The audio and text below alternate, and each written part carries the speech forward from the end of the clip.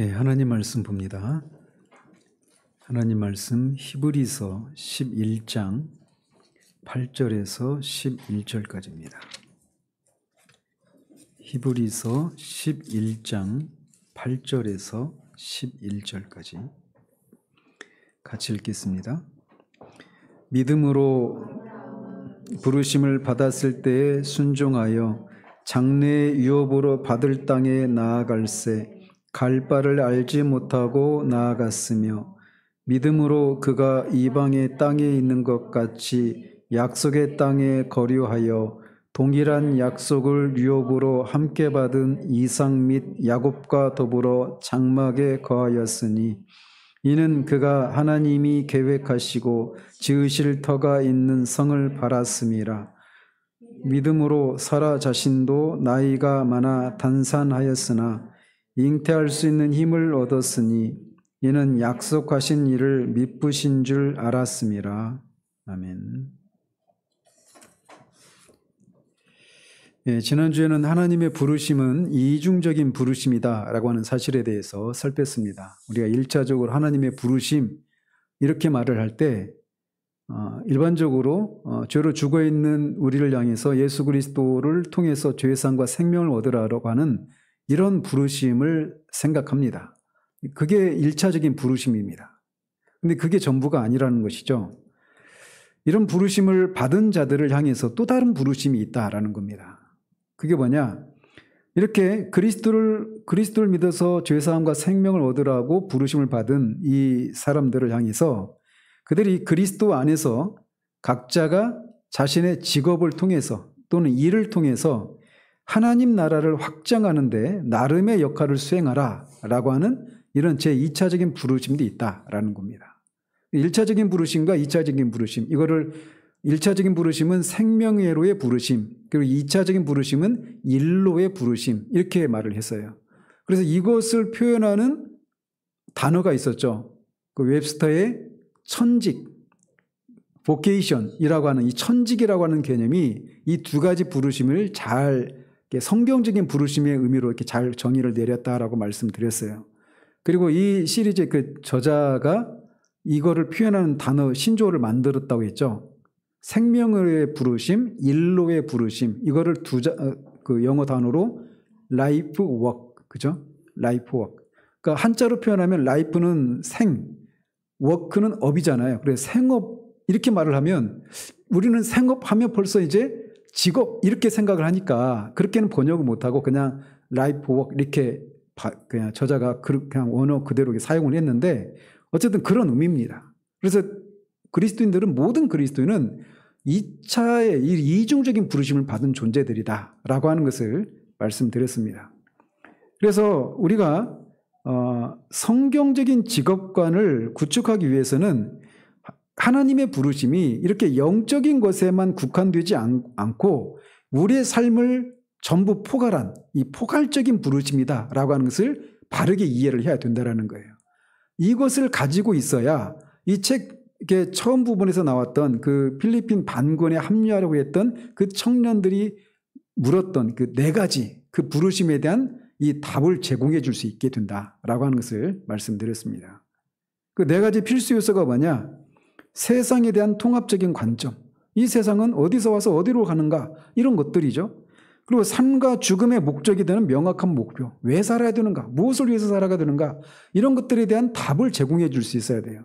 그뿐만 아니라 공동체 의식, 그리고 절망하는 이들에게 희망을 가져다 주는 사명, 이런 것들에 대한 어떤 답들을 어떤 대안들을 실제로 제안할 수 있다라고 하는 것까지 우리가 살펴보았습니다. 성경에는 그래서 이제 부르심이라고 하는 단어를 우리가 또 이 시간에 살펴볼 텐데 성경에서 부르심이라고 하는 단어가 히브리어나 헬라어를 합해서 신구약을 통틀어 보면 700번 이상 이렇게 사용되고 있다고 합니다. 이 신구약을 통해서 이 부르심에 해당되는 단어가 700번 이상이 등장을 한다는 거예요. 그래서 부르심이라고 하는 것에 대해서 해당되는 영어 단어가 있죠. 콜링이라고 하죠. 콜. 그러니까 콜. 우리는 콜 이렇게 하는데 우리 잘못 사용하고 있죠. 어쨌든 근데 어쨌든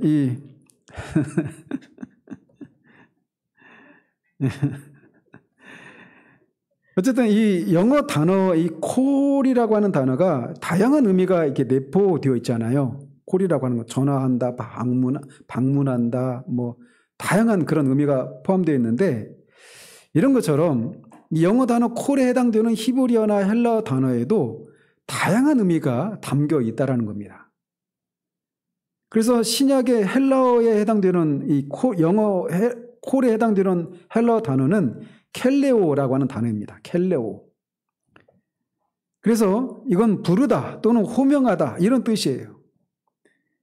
그리고 이 단어를 이제 콜 또는 비드, 이제 명령하다 이런 의미로 이렇게 영어로 이렇게 번역을 하죠.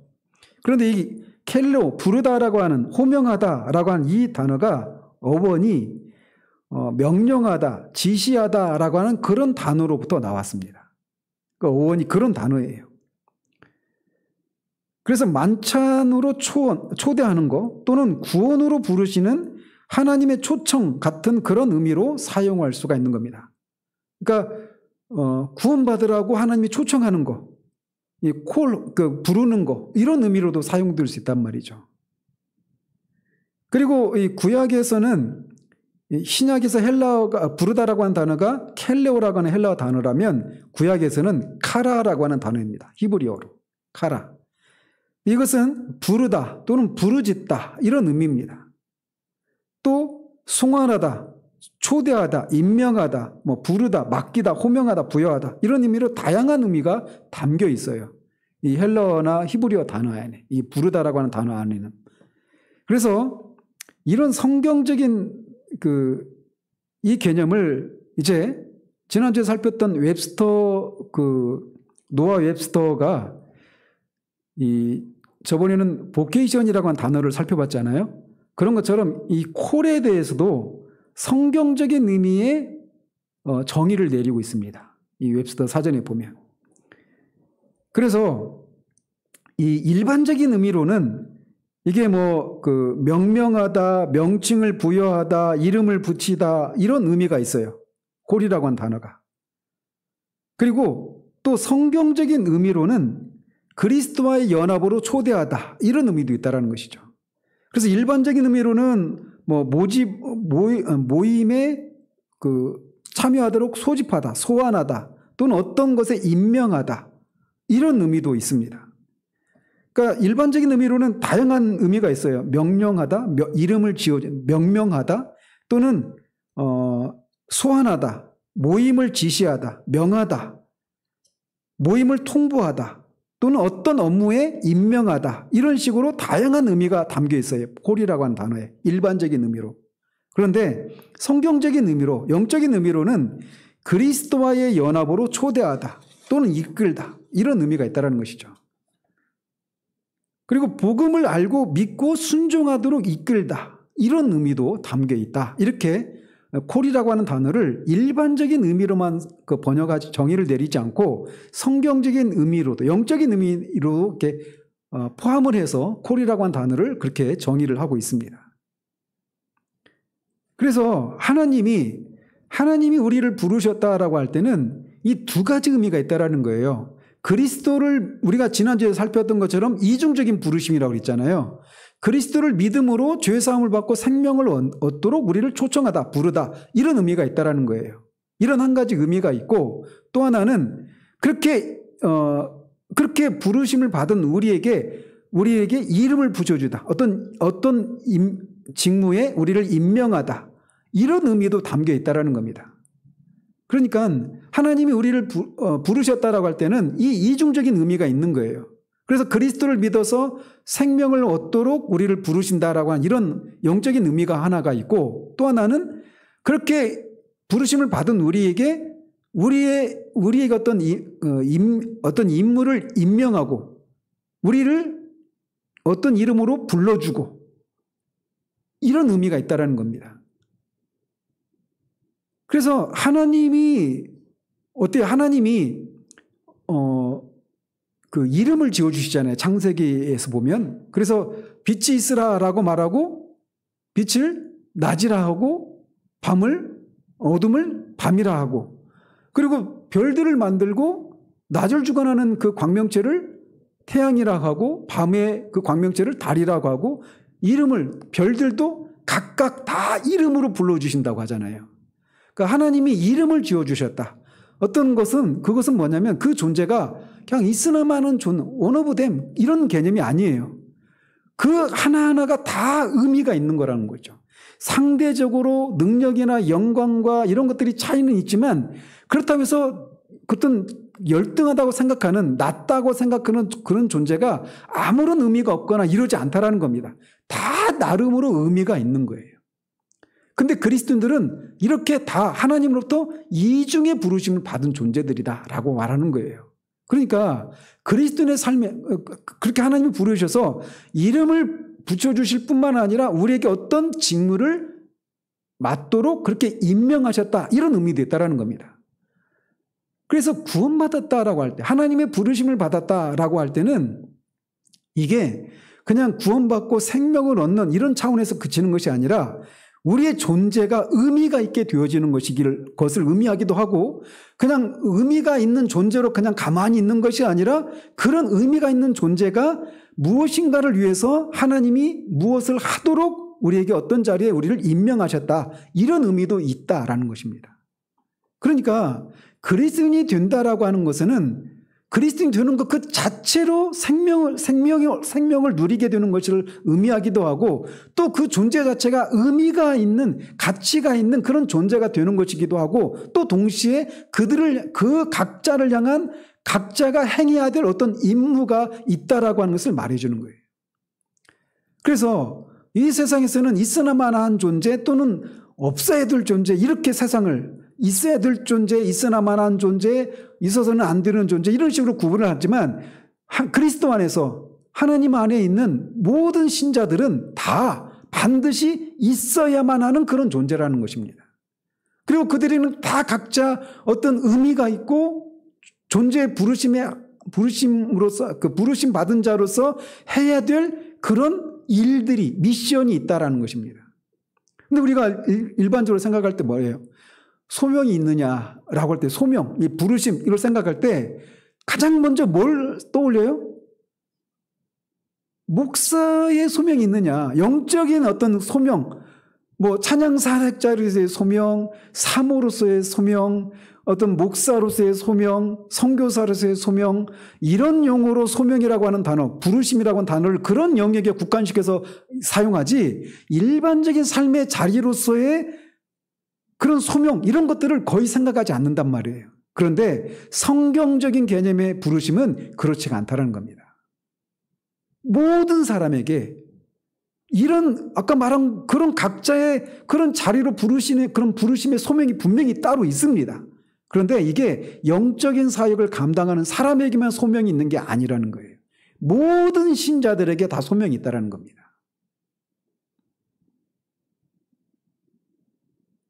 따라서 이렇게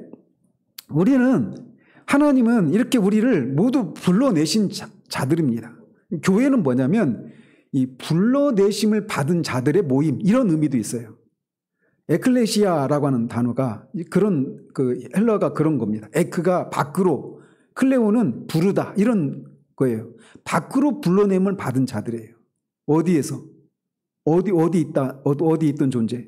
세상에서. 세상에 있던 존재를 세상 밖으로 부르심을 받은 거예요. 그러면 세상 밖에 사느냐? 아닙니다. 그들은 어디서 부르심을 받았어요?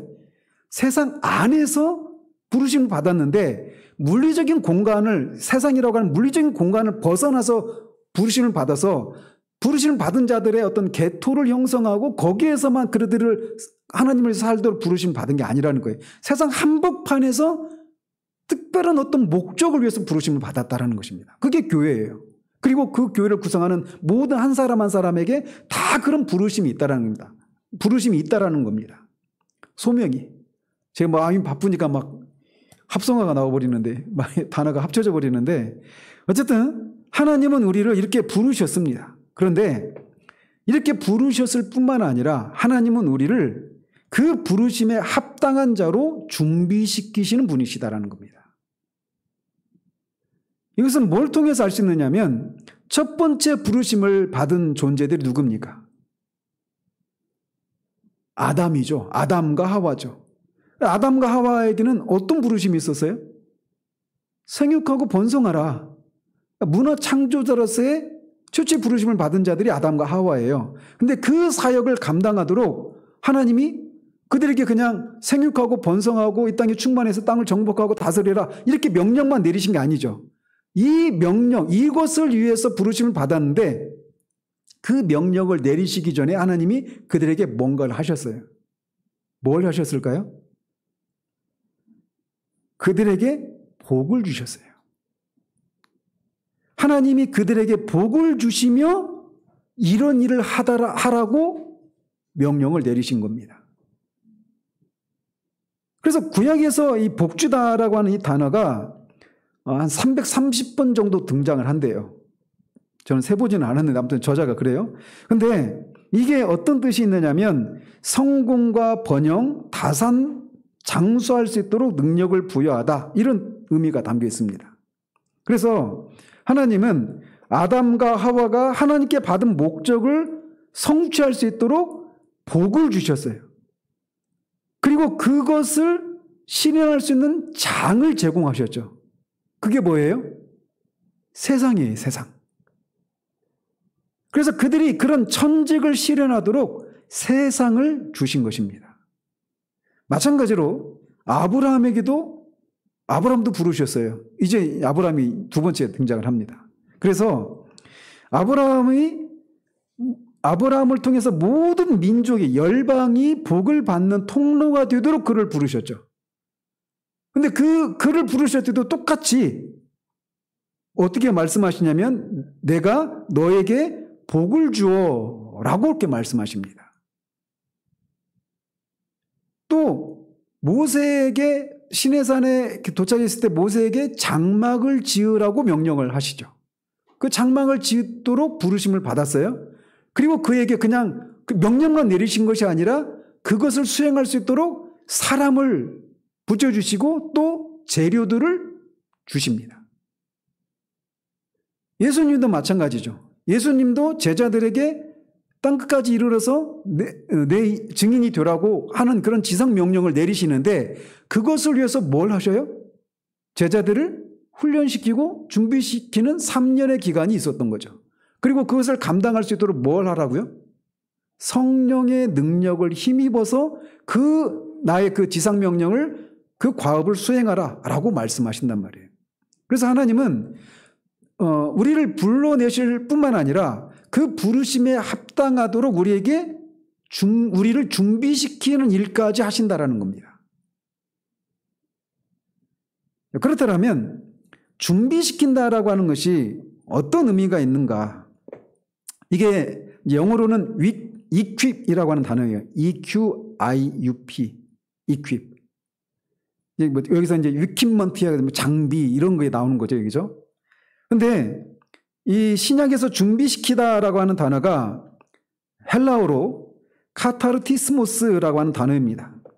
근데 이게 어디에서 사용되었느냐면 에베소서 4장 12절에 나오는데 성도를 거기서 보면 주님이 성도들을 봉사의 일을 위해서 온전하게 하기 위해서 라고 그렇게 해요. 성도들을 온전하게 봉사의 일을 감당하도록 온전하게 하기 위해서 목사와 사도와 선지자와 목사와 전도자들을 주셨다 이렇게 말하고 있어요. 그래서 온전하게 하다라고 하는 게 준비시키다라고 하는 단어예요.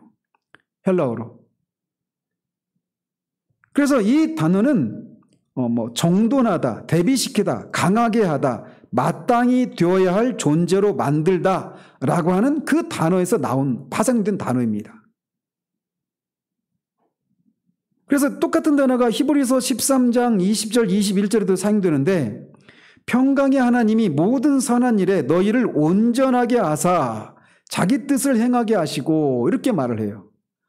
그러니까 하나님이 성도들을 불러내실 때 말씀드리고 싶은 건 이렇게 그냥 어떤 그 부르심에 합당한 그런 일을 하도록 불러내셨을 뿐만 아니라 그 일을 할 수 있는 능력을 구비시켜 주시고 그들을 준비하게 하시는 일들을 하신다라는 겁니다.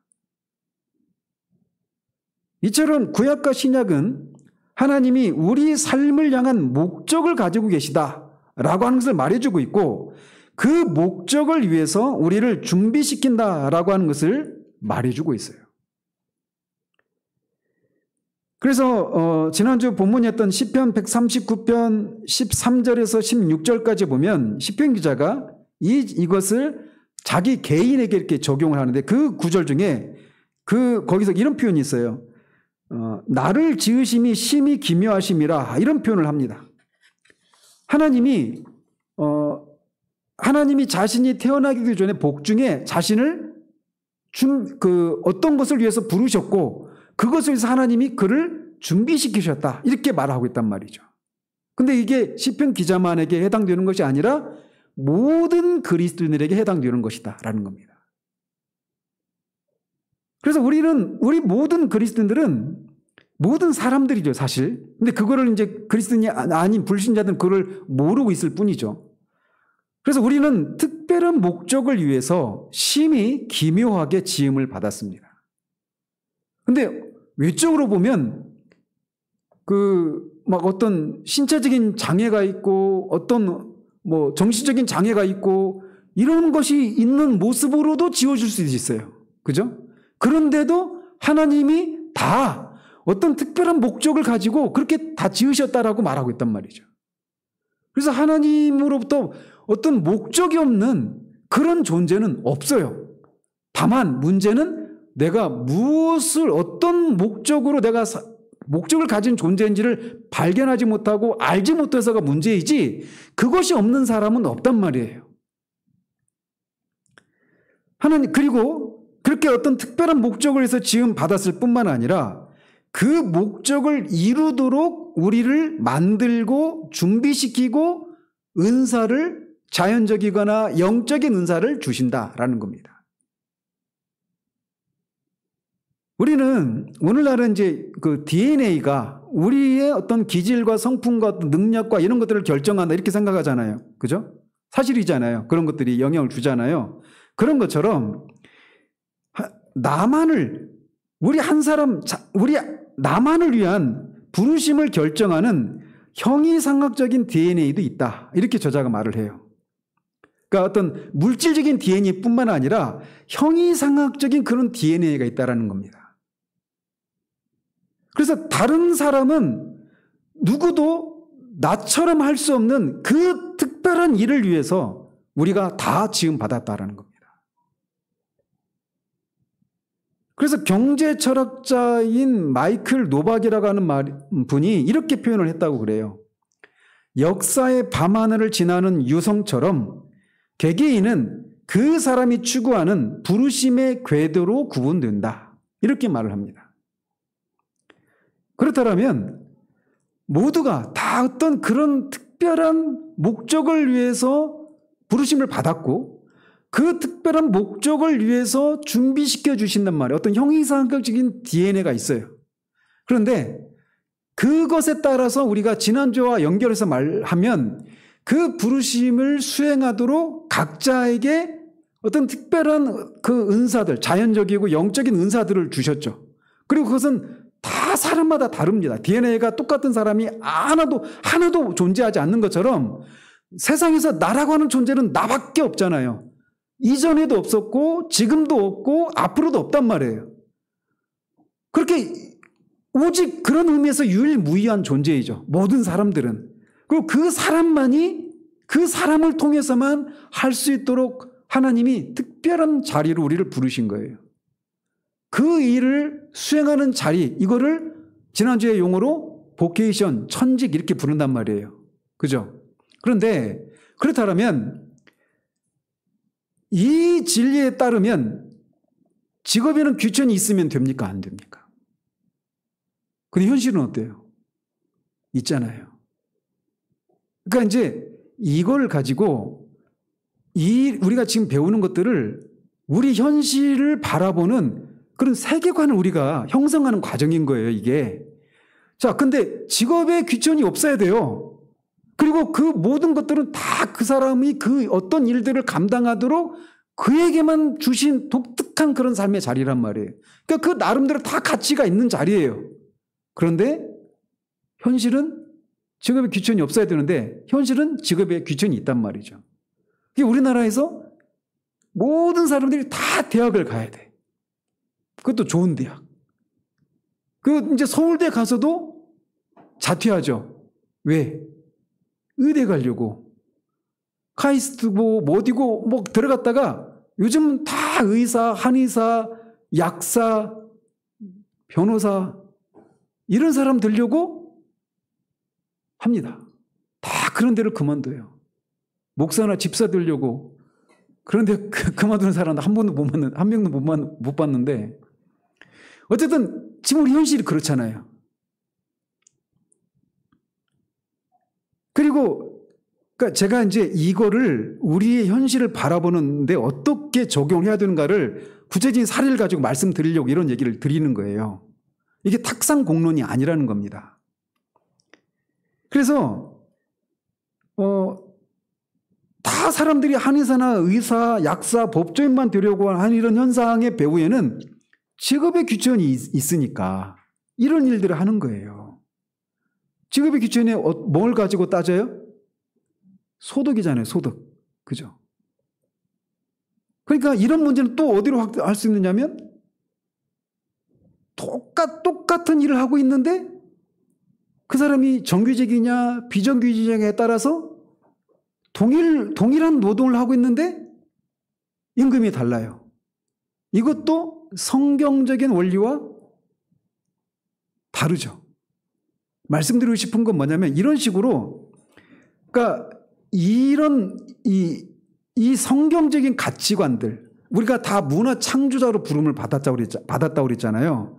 그러면 우리가 살고 있는 이 세상에 흐르고 있는 이 문화의 정신을 현상들을 보면서 저거는 성경적인 가치관에 따르면 이런 게 있으면 안 되는 거예요. 직업의 귀천이 있으면 안 되고 사람들이 다 어떤 그 의사나 이런 어떤 특정한 직업을 가지기 위해서만 대학을 가야 되고 다른 직업들은 그 하찮게 여겨지고 그런 직업에 대한 어떤 소득을 대우는 약하고 이런 것들은 개선해야 되고 개혁해야 된다라고 하는 시각으로 바라볼 수 있어야 되는 거예요.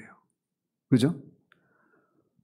다 사람들이 대기업만 가려고 하죠. 중소기업에는 안 가려고 그래요.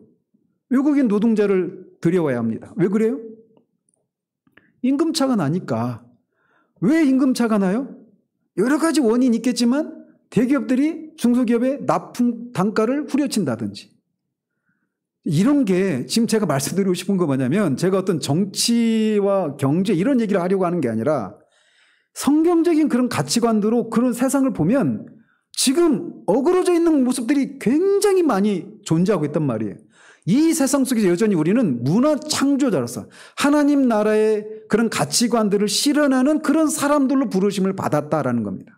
그러니까 그런 것을 개혁할 수 있는 자리를 우리가 흩어져야 되는 거예요. 가서 우리의 일들을 할 수 있는 일들을 각자에게 주어져 있는 자연적인 은사와 영적인 은사를 가지고 그런 것들을 활용하는 개선하는 일들을 해야 된단 말이죠. 무슨 말씀인지 아시겠죠? 이렇게 보니까 지금 막 세상이 보이지 않아요. 이런 일을 할 수 있는 사람들은 소명이 무엇이고 천직이 무엇인지 이 부르심이 무엇인지 이것을 알고 있는 그리스도인들만 이것을 할 수 있는 거예요. 이런 일을 하는데 누가 이런 일을 합니까?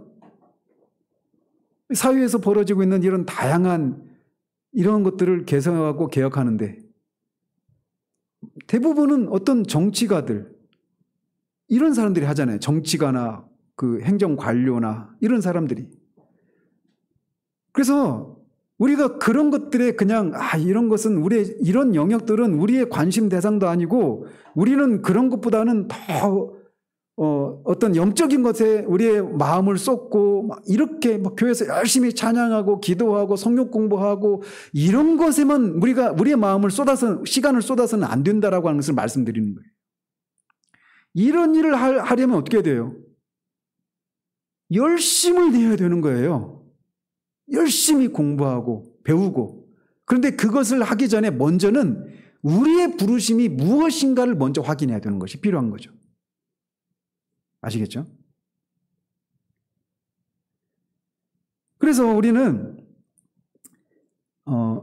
이런 어떤 특별한 목적을 위해서 지음을 받았고 그 목적을 실현하기 위해서 하나님은 우리를 만드시고 준비시키고 우리만이 감당할 수 있는 어떤 특정한 은사들을 주셨다라는 겁니다.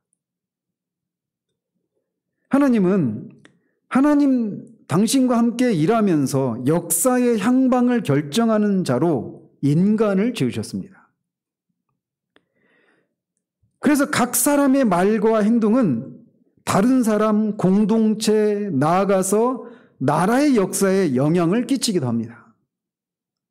그렇잖아요? 원리가? 그래서 프란시스 셰퍼 박사는 이렇게 말을 했다고 그래요. 한 사람 한 사람이 조약돌과 같다. 어떤 의미로 이렇게 말을 했냐면 이 조약돌을 연못에 던지면 어떻게 돼요? 파문이 일잖아요. 근데 이거를 계속 던지면 그 파문이 계속 끊어지지 않고 이어지겠죠. 그런 것처럼 한 사람 한 사람이 이렇게 연못에 파문을 일으키는 것처럼 다른 사람, 한 공동체 또는 한 나라에 어떤 영향을 끼치는 조약돌과 같은 그런 존재. 그냥 큰 덩어리 하나가 아니라 다 한 사람들이 각각 다른 사람, 공동체, 한 나라 전체에 영향을 미치도록 조약돌과 같이 끊임없이 그렇게 파문을 일으키는 그런 존재로 지음을 받았다. 이렇게 표현을 하고 있어요. 굉장히 멋진 표현을 하고 있죠. 그리고 그의 친구이기도 하고 하비스트 재단의 설립자이기도 했던 밥 모핏 박사가 또 이렇게 말을 했다고 합니다. 우리는 모두 이 우주에 자신의 서명을 남기기 위해 지음받았다. 이렇게 표현합니다. 그 조용필의 노래에 하이에나, 킬리만자로의 하이에나 노래 알아요? 느린 랩이 있는 그 노래잖아요. 그죠? 느린 랩. 그래서 뭐라고 하잖아요. 그리고 그 중에 내가 산 흔적일랑 남겨둬야지 이런 가사가 있습니다. 우리는 다 조약돌을 던지면 그게 파문이 크게 일든지 작게 일든지 그런 차이가 있을 뿐이지 조약돌을 연못에 던지면 분명히 던진 흔적이 남죠. 그런 것처럼 우리 한 사람 한 사람이 이 하나님으로부터 부르심을 받고 그 부르심에 합당한 존재로 지음받고 그 부르심을 감당할 수 있는 어떤 준비를 시켜서 우리를 준비시켜 주시는데 우리 한 사람 한 사람의 삶이 이렇게 다 우리가 살다 간 흔적을 남기도록 그 흔적이 아주 깊은 흔적이냐 얕은 흔적이냐 이런 차이만 있을 뿐이지 다 그런 것들을 남기도록 하기 위해서 우리가 지금 받았다 이렇게 말할 수 있단 말이에요.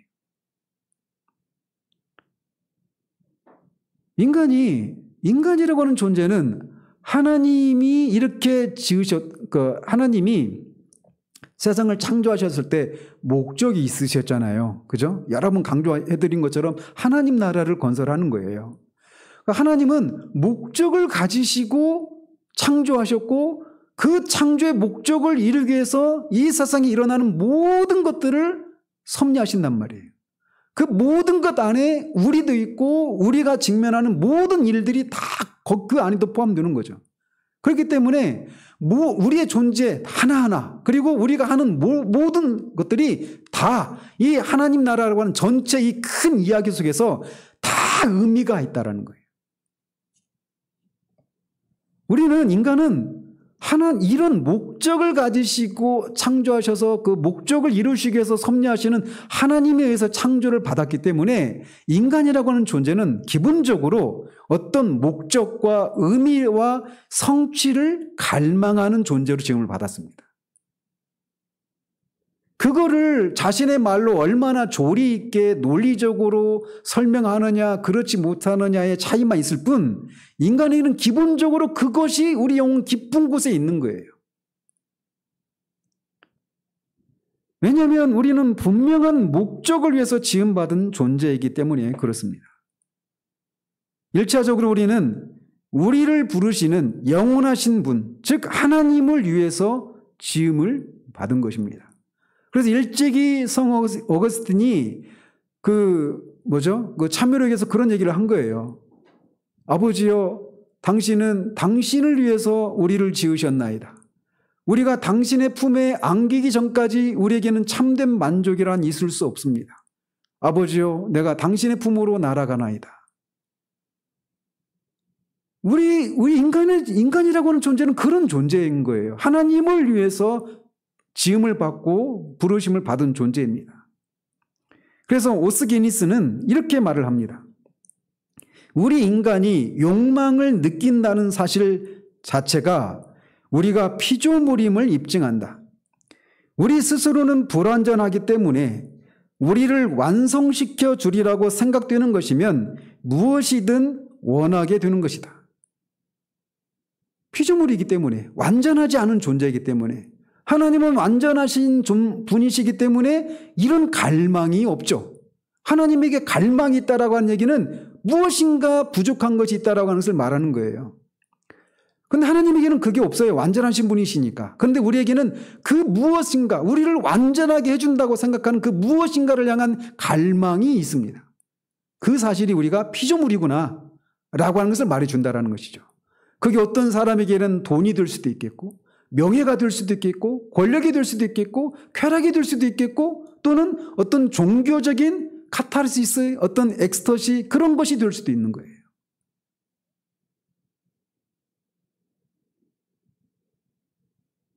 우리는 따라서 우리는 믿음으로 갈대아 우리의 고향과 문화를 떠나서 하나님이 지시하신 땅으로 들어가라고 부르심을 받은 아브라함과 같은 그런 사람들이다 라고 말할 수 있습니다. 아브라함은 익숙하고 안락했던 모든 것을 떠나서 하나님 나라를 향한 여정에 올라가게 됩니다.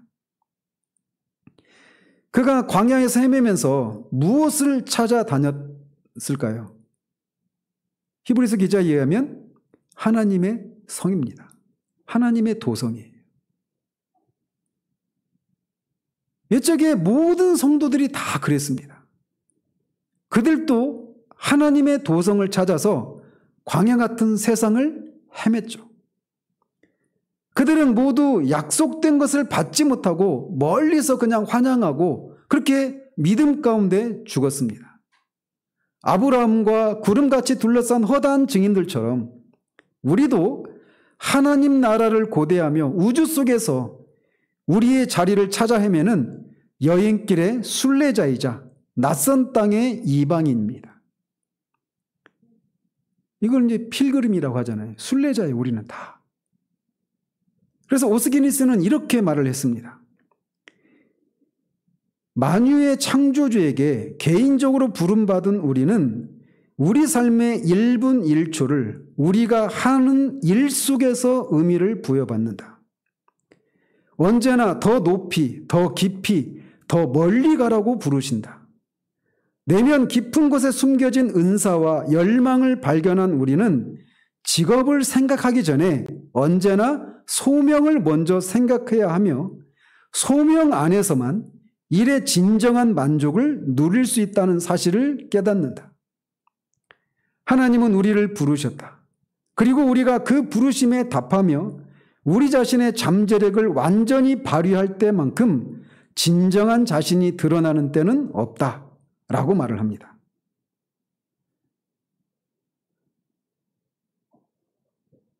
우리는 익숙하고 안락한 우리의 갈대아 우리를 떠나서 조금만 더 가면 닿을 수 있는 하나님이 계획하시고 지으실 터가 있는 성에 시선을 고정하고 광야를 헤매야 합니다. 이게 나그네 같은 삶을 사는 거예요. 기본적으로 하나님의 도성, 이 본향을 향해서 찾아가는 순례자의 삶을 살아가야 되는데, 이 하나님의 성을 향한 여정은 우리가 처음 예수님을 믿으라고 하는 그 부르심을 접할 때 시작되는 게 아니라는 겁니다. 원래부터 그렇게 시작이 된 거예요. 즉 하나님의 성을 향한 여정은 우리가 잉태되는 순간부터 시작이 됩니다. 왜냐하면 하나님 우리가 태어나기도 전에 이 목적을 위해서 우리를 지으셨기 때문에 우리가 태어나는 순간부터 하나님의 성을 향한 여정이 시작되는 거예요. 다만 우리가 그것을 하나님의 성을 향한 여정이구나라는 것을 뒤늦게서야 알아서 문제이지 처음부터 그렇게 시작된 겁니다. 그래서 하나님은 잃어버린 자를 찾으시는 것이지 없었던 자를 만들어내는 게 아니에요. 아시겠죠? 그래서 우리는 생명으로 부르심을 받습니다. 잉태하는 순간. 그래서 우리는 한 가정 또는 한 지역사회, 한 민족, 한 나라의 일원으로 태어납니다. 그래서 우리는 모두 다 어떤 거미줄과 같은 그런 복잡한 관계들 속에서 태어납니다. 그렇게 삶을 살아가요. 근데 그 삶이 어디를 향하는지는 몰라요. 맨 처음에. 그런데 그렇게 그런 여정이 진행되면서 우리는 사람마다 때가 다르지만 구원을 향한 부르심을 맞닥뜨리게 됩니다. 그리고 이 만남을 통해 우리가 어떤 혈육의 그 가정이 아니라 하나님의 가정에 입양이 되고 새로운 가족의 일원이 됩니다. 이 가족은 시간과 공간을 아우릅니다. 그리고 시간과 공간을 아우르는 형제 자매들이 이룬 새로운 가정입니다. 우리가 일반적으로 접하는 우리의 가정은 그냥 엄마, 아빠, 아들과 딸, 형제들 이렇게 구성되어 있는데 우리가 구원을 향해서 부르심을 받고 그 부르심에 우리가 아멘으로 화답해서 그렇게 부르심을 순종해서 들어가게 되면 우리가 하나님의 가정으로 입양이 되는데 그 하나님의 가정은 시간과 공간을 아우르는 형제 자매들로 이루어진 그런 가정이라는 거예요. 히브리서 11장에 기록된 구름같이 허다하게 둘러싼 증인들과 연결되어 지금까지 이어지는 가정입니다. 이 가정은 민족과 나라와 인종을 초월하고 시대와 공간을 초월하는 그런 가정인 거예요. 우리의 부르심은 하나님의 나라에 들어가는 것입니다. 그러니까 이게 우리가 성경에서 말하는 그런 진리를, 구원의 도를 우리가 믿게 되면 이 가정에 들어가는 거예요. 그 순간 우리는 바울과도 형제가 되고 모세와도 형제가 되고 아브라함과도 형제가 되고 지금 우리가 알지 못하는 어느 아프리카의 미국의 다른 나라의 그 수많이 흩어져 있는 그 하나님의 그 백성들과 다 형제 자매로 하나가 되어지는 거예요. 그러니까 이게 이 역사적인 그 믿음을 가지고 있다라고 하는 것은 칼빈, 루터, 제가 좋아하는 로이드 존스 이런 분들이 다 한 믿음 안에서 그리스도 안에서 우리가 다 같은 가족이고 한 형제 자매가 된다라는 겁니다. 우리는 홀로 고립되어 있는 그런 존재가 아니에요. 그래서 히브리서에서 우리가 예배 드릴 때 그냥 우리끼리 모여진 예배가 아니라고 그러죠. 천상에 있는 천군 천사들과 함께 예배하는 그 예배 공동체 안에서 우리가 예배하는 것이라고 얘기하잖아요. 한순간 우리가 가정이라고 하는 개념이 나라고 하는 존재가 그냥 어떤 좁혀져 있는 그런 가정, 이 고립되어 있는 다른 가정들과는 단절되어 있는 그런 가정이 아니라 수를 헤아릴 수 없이 많은 수천 년의 역사를 흘러온 그 수많은 하나님의 백성들이 다 형제 자매가 되는 그런 가정으로 우리가 입양이 되는 거예요. 그 순간 우리의 삶은 어마어마하게 확장이 되는 겁니다.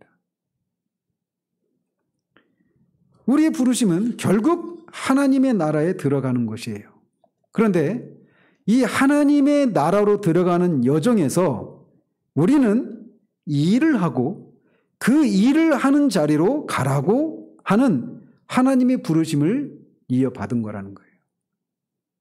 그러니까 이 부르심을 이중적인 부르심이라고 하는 것을 인식하지 못하면 신앙생활을 어떻게 생각하느냐면 그냥 예수 믿고 구원받아서 열심히 교회 봉사하고 성경 열심히 읽고 기도하고 찬양하고 이런 것을 하다가 가는 거, 죽으면 천국 가는 거, 이렇게 생각할 수 있단 말이에요.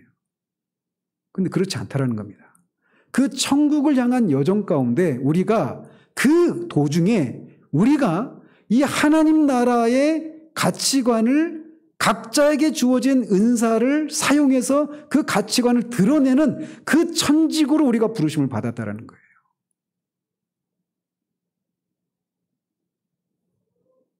그래서 신앙생활을 그냥 천국에 들어가도록 계속 각종 집회에 쫓아다니고 다니엘 기도회에 쫓아다니고 아까 얘기했으니까 그런 데 쫓아다니고 각종 찬양 집회에 쫓아다니고 기도회에 쫓아다니고 유명한 강사들 그런 세미나 쫓아다니고 계속 그렇게 신앙과 직접적으로 관련되어 있는 그런 생활을 하다가 찬송 부르고 기타 치고 방주사님 기타 치지 말라는 얘기 아니에요. 이런 것만 하다가 그냥 때가 되면 죽으면 그냥 천국 가는 거, 이게 신앙생활이 아닌 거예요. 그 과정에 우리는 일을 하도록 부르심을 받았다는 겁니다. 일을 하도록. 만약에 그렇게 하면서 아까도 얘기했지만 뭐 관상기도니 어떤 뭐 입신이니 뭐 어떤 깊은 그런 하나님의 그런 깊은 은혜 체험을 갈망한다더니 이런 것들이 무엇을 위해서 그런 것들을 해야 되느냐라는 겁니다. 그런 것을 통해서 우리 영혼이 고양되고 그런 황홀함을 느끼고 그런 세상의 그런 염려와 근심과 두려움과 이런 것들을 잊고 어떤 잠시 어떤 평안을 누리는 것, 그것을 누리는 것이 깊은 신앙인이고 성숙한 그리스도인의 모습이냐? 아니라는 겁니다. 왜 우리는 깊은 기도를 경험하기를 소원해야 되고 왜 우리는 하나님 만나기를 소원합니까? 우리는 그런 하나님의 만남을 통해서 깊은 기도를 통해서 하나님이 주시는 능력을 힘입어서 우리가 산 위에 그 변화산 위에서 장막 셋을 짓고 주님과 엘리야와 모세와 함께 그렇게 계속 그 황홀경 가운데 있도록 우리가 그렇게 부르심 받은 것이 아니라 산 아래로 내려와서 귀신에게 시달리고 있는 그 사람들, 그래서 그런 것들 보면서 씨름하고 눈물 흘리고 한숨을 하고 이 뒤틀려 있는 죄와 악으로 말미암아 뒤틀려 있는 이 문화, 이것을 개혁하도록 그 힘을 공급받도록 하기 위해서 그런 것들이 필요한 것이지, 그것 자체를 통해서 우리가 어떤 개인적인 만족을 누리도록 하기 위해서 그런 것이 있는 게 아니라는 거예요. 만약에 신앙이 그것이 전부라면 마오쩌둥이 말하고 있는 것처럼 종교는 인민의 아편입니다. 맞잖아요. 그래서 그 MPA에 합류하라고 했던, 반군에 합류하라고 했던 이 필리핀 청년들이 기독교가 그것을 제공할 수 있을 것 같은데 제공하지 못하고, 근데 공산주의는 마오이즘은 그걸 제공해 줄 것 같으니까 우리가 거기로 간다, 이렇게 얘기를 하는 거예요. 그들을 비판하고 비난하는 것이 비난해서는 안 되고, 그러니까 거기서 그치면 안 되고, 교회가 그들에게 마땅히 이 우리의 부르심이 이런 이중적인 라이프 워크로의 부르심이라고 하는 것을 우리가 알고 그렇게 각자의 삶의 자리를 찾아가서 거기에서 그렇게 하나님 나라의 가치를 실현하고 드러내는 일을 할 때 세상은 그토록 찾았던 답을 찾게 되는 거란 말이죠. 하나님은 이렇게 우리를 부르시고 그 직업을 감당하고 라이프 워크를 이루는 자리에 나아가도록 우리를 준비시키십니다. 이 자리에서 우리는 하나님이 우리에게 맡기시고 부르신 그 일이 완수될 때까지 그 일을 감당하는 과정을 통해서 우리 개인적으로도 성장하고 성숙해 가는 거예요. 제가 96년 7월에 있었던 그 하나님과의 그런 만남 속에 하나님이 저한테 던지셨던 질문이, 제가 그 개인적인 자리에서 말씀드렸잖아요. 하나님을 만나기를 소원하면서 그렇게 준비했던 그 수련회 때, 그렇게 하나님을 만나기를 소망하면서 한 달을 철야기도 하고 그렇게 갔는데 결국은 오히려 교회에서 예배 드리는 것보다도 은혜가 없었던 그 공고한 시간을 지난 후에 그 마지막 날 새벽 기도 때 완전히 그냥 다 그냥 뭐 이제 끝났구나 싶은 그때 하나님이 말씀하신 게 뭐냐? 너 나 만나서 뭐 할래? 순간 저는 아무 말씀도 못 드렸어요. 이어서 살아라. 살다 할 수 없는 그때 내가 너를 만나주마. 이게 하나님이 저한테 개인적으로 하신 말씀이에요. 이거를 이제 뭐 이 개혁주의를 표방하는 분들이 들으면 저 양반 이상한 사람이네 이렇게 얘기할 수 있는데 뭐 어쩔 수 없습니다. 우리가 깊은 기도, 하나님의 은혜를 깊이 체험하는 거, 이거를 사모하는 이유는 뭐냐면 살기 위해서예요. 산 아래로 내려와서 우리를 부르신 그 자리에서 하나님 나라의 가치를 드러내도록, 그 일을 감당하도록 하기 위한 능력을 부여하기 위해서 더 깊은 기도를 맛보기를 원하고 하나님의 은혜를 깊이 맛보기를 원하는 겁니다. 주일에 우리가 여기서 예배하는 이유는 뭐냐? 그런 만남을 통해서 오늘 돌아가면서부터 시작되는 그 우리의 라이프, 거기에서 이렇게 살아가도록 하기 위해서 부르심을 받은 거예요. 그러니까 우리의 삶의 자리는 실전이잖아요. 그죠? 이건 피할 수가 없잖아요. 연습도 없고. 그게 절체절명의 상황이란 말이에요. 그러니까 예배에 나올 때는 필사적으로 나와야 되는 거예요. 절박하게. 여기서 하나님을 만나서 하나님이 주시는 은혜가 아니면 나는 내 삶의 자리로 들어가서 하나님이 나를 부르셔서 두신 그 자리에서 나한테 주신 그 사명을 감당할 수가 없다라고 하는, 그래서 반드시 은혜를 받아야만 한다라고 하는 그런 필사적인 마음으로 예배에 동참해야 되는 거예요. 은혜가 있으면 되고 없으면 말고. 그래서 여러분들이 오전에도 예배 드리는데 찬양을 하면서 여러분들을 보면서 속으로 막 기도하면서 찬양을 하는 겁니다. 하나님 그 오병이의 그 이적을 베푸시기 전에 주님이 그러잖아요. 이들이 그 돌아가다가 다 기전해서 죽을까 염려해서 먹을 거 뭐가 있냐 이렇게 물어보시잖아요. 우리의 삶의 자리에서 하나님이 주시는 은혜가 아니면 우리는 이 부르심을 감당할 수가 없어요. 그래서 여러분들이 빈손으로 돌아가서는 안 됩니다. 이런 제 안에서 그런 절박함이 있는 겁니다.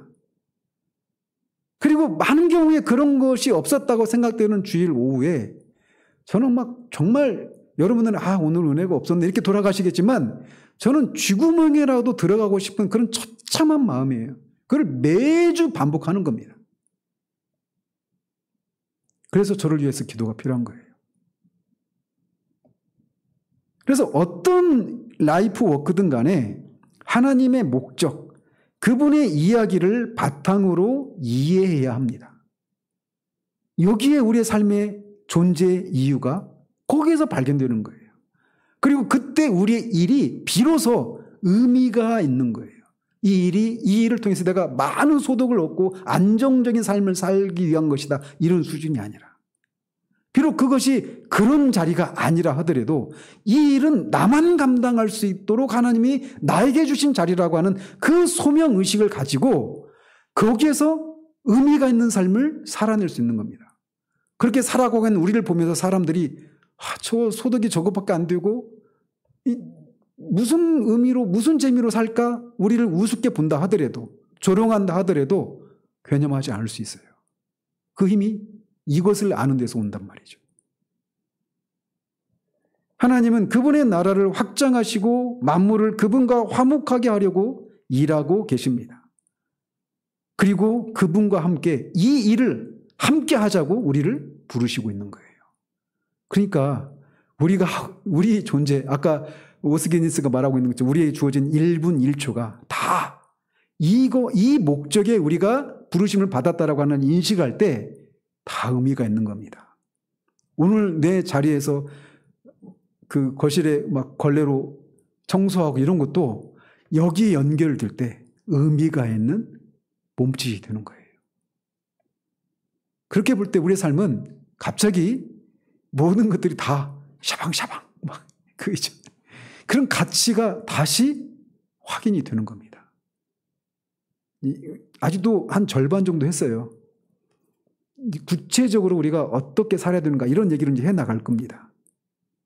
다음 주에 이어서 이 부르심에 대한 이 내용들을 더 살펴가도록 하겠습니다. 기도하겠습니다. 하나님 아버지, 우리의 부르심은 라이프 워크로의 부르심이라고 하는 것을 두 주에 걸쳐서 살폈습니다. 예수 그리스도를 믿어 죄의 용서를 받고 생명을 얻으라고 하는 1차적인 생명으로의 부르심과 그런 생명으로의 부르심을 받은 자들이 하나님 나라를 확장하고 모든 관계와 피조물들을 회복시키시는 이 하나님의 일을 하나님이 하시는 일에 동참하도록 각자에게 주어진 그 라이프, 그런 삶으로의 부르심을 받았다라고 하는 이 내용을 우리가 살펴보았습니다. 우리에게 빛을 더해 주셔서 하나님 특별히 우리 주일학교 아이들에게 이 은혜를 허락해 주셔서 자신의 부르심이 무엇인가라고 하는 것을 알고 그 부르심을 위해서 학교를 선택하고 또 직업을 선택하고, 그래서 그 직업이 먹고 살기 위해서 억지로 하는 그 일이 아니라 그런 부르심을 수행하기 위한 의미 있는 일임을 알고 그 일 속에서 자기 존재를 확인하고 그 하나님 나라를 확장하고 드러내는 그런 일을 감당해 나갈 수 있도록 이런 시기에 우리 아이들에게 그 빛을 허락해 주시기를 원합니다. 이미 그 시기를 지나서 이미 자기 나름의 그 삶의 자리에서 수고하고 있는 우리 지체들에게도 다시금 지금 우리가 하고 있는 일들이 이 하나님 나라의 이야기 속에 어떤 의미가 있는지를 확인할 수 있는 은혜를 허락해 주셔서 지금처럼 빨리 벗어나고 싶어하는 그런 일들이 아니라 그 하나님 나라, 하나님이 우리를 부르신 그 부르심을 수행하는 과정 속에 행하고 있고 우리가 수행해야 될 일이라고 하는 것을 알고 자원함과 기쁨으로 의미를 찾고 목적을 가진 사람으로서의 그런 일을 감당해 나가는 우리들 될 수 있도록 도와주시기를 원합니다. 예수 그리스도 이름으로 기도합니다. 아멘.